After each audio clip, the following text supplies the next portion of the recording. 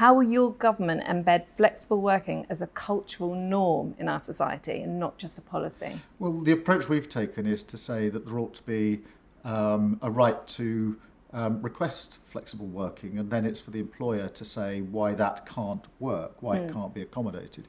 And actually, even that cultural change makes a difference. That's not about the enforcement, particularly of rights. It's just about the culture, which is why is it that there can't be a flexible working arrangement here? It does matter to a lot of parents and carers, mums in particular. So I do think there's a cultural change that we need to bring about there. I think just by slightly changing the emphasis to say to an employer, well, you know, there will be times when it's not possible for an employer to give flexible working. There are examples of that which are obvious. But on the other hand, by saying to the employer, well, you really need to justify if you're not going to do flexible working, it just forces them to think, you know what, why can't we do that? Why can't we be more accommodating? What grounds would we really put forward? Rather than simply saying, we're not going to let it happen. So it just tilts it, because cultural change is always much harder.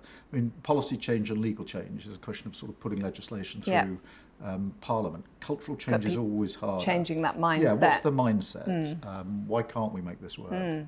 Out of curiosity, what's the flexible working reality at number 10? We have flexible working.